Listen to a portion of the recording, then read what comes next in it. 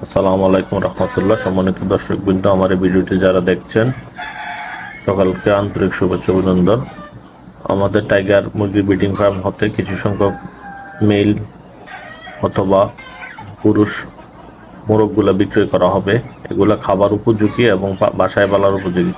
যাদের প্রয়োজন আমাদের সাথে যোগাযোগ করতে পারেন। আমাদের যোগাযোগের ঠিকানা ও মোবাইল নাম্বার ভিডিও শেষ অংশে দেওয়া থাকবে।